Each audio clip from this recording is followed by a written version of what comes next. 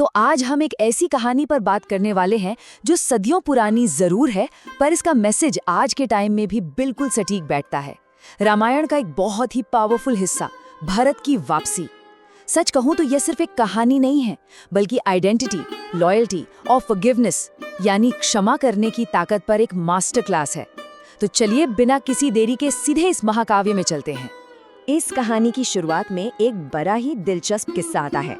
Imagine कीजिए, एक अनाथ शेर का बच्चा है, उसकी आंखें अभी खुली भी नहीं थीं और उसे भेड़ों के एक झुंड ने पाल लिया। अब जाहिर है वो खुद को भेड़ ही मानता था, डर के जीना, उन्हीं की तरह रहना। पर एक दिन अचानक जंगल में एक असली शेर की दहाड़ गूंजती है। बाकी सारी भेड़ें वहां से दुम दबाकर भाग जाती हैं, लेकिन वो छोटा शेर, वो ऊपर देखता है।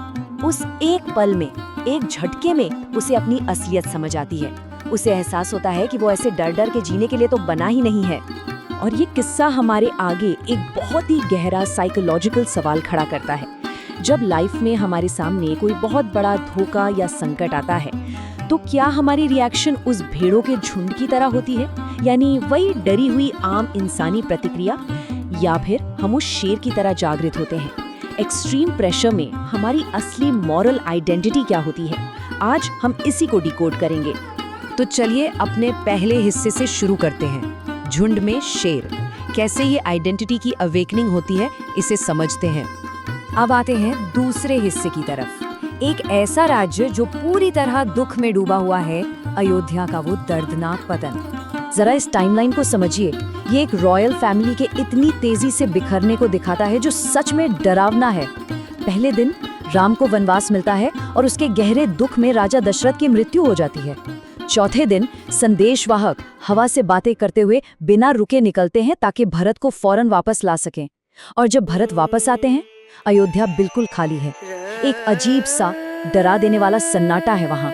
भोर के वक्त एक राजकुमार का अपने ही उस शहर में आना, जो कभी जश्न में डूबा रहता था और अब एकदम भूता लग रहा है, ये अपने आप में कितना हार्ट ब्रेकिंग है। अब हम बढ़ते हैं अपने तीसरे और सबसे जरूरी हिस्से पर, क्षमा का सबसे बड़ा उदाहरण। राजसत्ता एक तरफ और धर्म दूसरी तरफ। जरा सोचिए उस वक्त भरत पर क्या बीती होगी जब उन्हें पता चलता है कि ये पूरी ट्रेजेडी किसी और ने नहीं बल्कि उनकी अपनी माँ कैकेयी ने रची थी, और वो भी सिर्फ उन्हें राजा बनाने के लिए। उनका वो जलते हुए गुस्से वाला रिएक्शन बिल्कुल नेचुरल था। वो कहते हैं, मैं अपनी माँ के इस काम को ना तो कभी भूलूंगा और ना ही कभी माफ करूंगा। और सच कहें तो जब अपनी ही फैमिली से इतना बड़ा धोखा मिले तो किसी की भी डिफॉल्ट रिएक्शन यही होगी ना। ये गुस्सा उस ह्यूमन इमोशन को दिखाता है जहाँ दर्द और विश्वासघात सबसे हावी होते हैं। पर ठीक इसी पॉइंट पर ज्ञानी ऋषि वशिष्ठ आते हैं और उन्हें दो बिल्कुल अलग रास्ते दिखाते हैं। एक तरफ है गुस्से और बदले की कीमत। वशिष्ठ बताते हैं कि अगर भरत माफ नहीं करते तो कैकेयी को आगे के जन्मों में अंतहीन पीड़ा, पागलपन और धोखे का सामना करना पड़ेगा। ये कार्मिक कॉस्ट बहुत भारी है। पर दूसरी तरफ है क्षमा से मिलने वाली आजादी। वशिष्ठ समझाते हैं कि इस दुख के भयानक साइकिल को तोड़ने का सिर्फ एक ही तरीका है, और वो है माफ कर देना। ये आइडिया उस वक्त के हिसाब से और आज भी सच में बहुत रेवोल्यूशनरी है। और सबसे कमाल की बात तब होती है जब भरत आखिरकार अपने गुस्से को पीछे छोड़ते हैं और सबको हैरान करते हुए कहते हैं, मैं माफ करता हूँ। तब वशिष्ठ करुणा यानी कंपैशन पर एक ऐसी बात कहते हैं जो सच में सोचने पर मजबूर कर देती है। वो समझाते हैं कि कंपैशन कोई कमजोर इमोशन नहीं है, जब इसका इस्तेमाल किसी बड़े मकसद के लिए किया जाए, जैसे इस दुख के चक्कर को हमेशा के लिए तोड़ना, तो ये सबसे बड़ी ताकत बन जाती है। Absolutely supreme. तो चलिए अपने आखिरी हिस्से पर आते हैं, जहां हम देखेंगे कि कैसे लॉयल्टी यानी निष्ठा एक पूरे राज्य से भी बड़ी हो सकती है। अब नॉर्मल केस में क्या होता, एक बिना मांगा हुआ सिंहासन मिल गया, आराम से बैठ जाओ। पर भरत ऐसा नहीं करते। वो एक बहुत बड़ी आर्मी इकट्ठा करते हैं। जरा इन नंबर्स पर गौर कीजिए।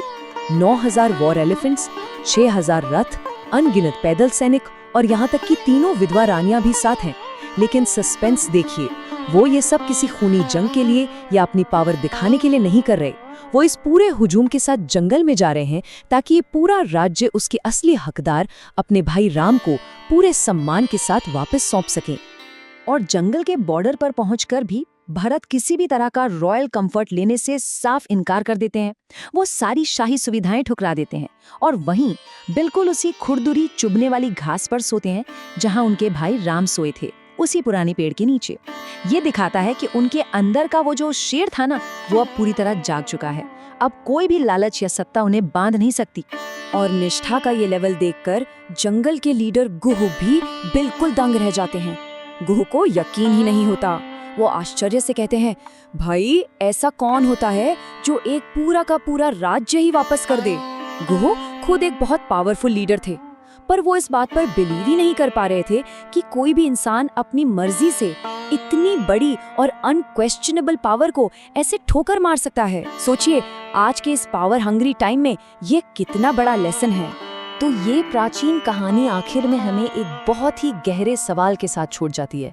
जरा सोचिए, जब एक ऐसी पावर या पोजीशन सामने हो जिसके लिए मेहनत नहीं की गई और किसी अपने ने बहुत बड़ा धोखा दिया हो, तब एक सच्चा लीडर क्या करेगा? जब प्राइड, पावर और ईगो की आजमाइश हो रही हो, तो क्या आज भी इंसानों के अंदर ऐसी एक्स्ट्रा ऑर्डिनरी क्षमा और निष्ठा की गुंजाइश बची है? ये कहानी बस यही पूछ रही है कि हमारे अंदर का वो शेर आखिर कब जगेगा।